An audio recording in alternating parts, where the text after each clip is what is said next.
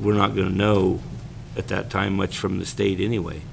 So, I mean, to put some proposals out there is fine, but I don't take much. Yeah, well, and that's why I mean, it's a proposed budget. It kind of tides us over to the August public hearings. Yeah, because it really don't have anything definite. It just has some maybes. Mhm. So Yeah. I just don't, I mean, I don't put much emphasis in the proposed budget. It's till we get into August and the final budget's when the real stuff hits the fan. Okay, so I'll keep going through this, Please. and one of the things we can talk about is how you want the possibility of it being bumped a week reflected, if you want it to say, the action plan to say June 10th or 17th, or just to move it to the 17th, so you can think about that. July 14th then would be the public hearing on the Ukiah Valley Area Plan.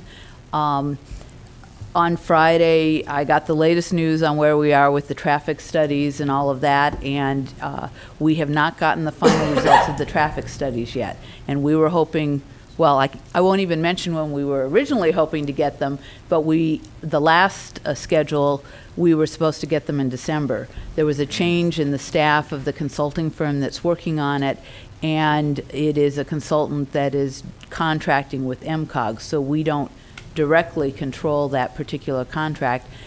And as I've said before, the traffic studies are bigger, if you will, than UVAP alone, because they also have to do with the AB 1600 planning around major transportation projects. So once that happened, and it looks like we're not going to get that, we haven't gotten it yet, and we won't get it until January or February, that's pushed everything. Once we actually have that, we are in more control over what happens with the consultants that we directly contract with. And once you have your draft out, there are prescribed amounts of time for public review and everything else. But anyways. Okay, Ms. Glassy, one comment. July 14th, it's been brought to my attention that might be in conflict of the NACO annual conference. We need to check on that. Okay, I was thinking that was the week before and that you were back that particular week. Yeah. Okay. Just a point of clarification. We can continue. Yeah. I think what we were looking for is protected time, you know, on a different day than a Tuesday. You've got some leeway. You couldn't use Wednesdays, et cetera. So the July workshop, and there is some flexibility around that, then would be taking the results of the strategic planning, presenting action plans for each of the components, criminal justice, technology, et cetera, and being able to review with the board the progress to date. I think one of the things that helps with is your public hearings for the budget later on, because that gives you kind of background information on what the departments are looking at, and that should form a basis for how you look at their budget when we go forward, because as has been pointed out, there's a very strong connection between strategic planning and how it gets expressed in the budget. Okay, it's been confirmed that the NACO annual conference is July 11th through the 15th.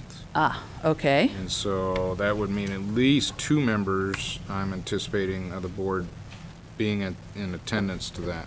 So that Okay. causes another problem there. So we can look at flipping those 2 dates, the July 14th and July 21st, or going to a Wednesday.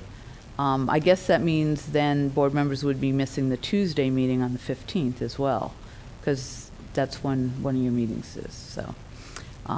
Okay, so we can Stay- cycle back to that. Stay in flux. Yeah, July needs to be looked at. Yep. August 5th is another offsite board meeting, and that's just reflected here. Once you decide where it is and what topics, then I will incorporate that into your action plan. Supervisor Peach. That would be the third off-site meeting of the year? This is the second. I don't actually have a third one on So, here, I thought although that I was the believe third there one. might have been a third one on, and so that would need to be added. I was thinking that was the third one. Yeah, no, that's the second one. Okay, yeah. So that it? what was the third one? October 7th. Okay. I thought we discussed only having 2 off-site meetings a year instead of 3. At 3. Three. Yep, yep. Okay. Okay, So consider October 7th added into this, so. okay. Okay, August 18th is a public hearing on the general plan update. And you'll see that on the initial public hearings in both cases, for UVAP and for general plan, I've put afternoon and evening. The sense I've gotten from the board is you want that level of accessibility for folks to be able to come and give input in the evenings. So keep that in mind as you look at those dates. August 25th and 26th are the public hearings for the budget. This is in the budget calendar that you adopted on consent last week, but it does represent a change. In the past, we have started the budget on Fridays, but it's been, the Friday meetings have been numbers light. And so what we thought is we'd simply start on Monday and be able to get into the numbers on that same day.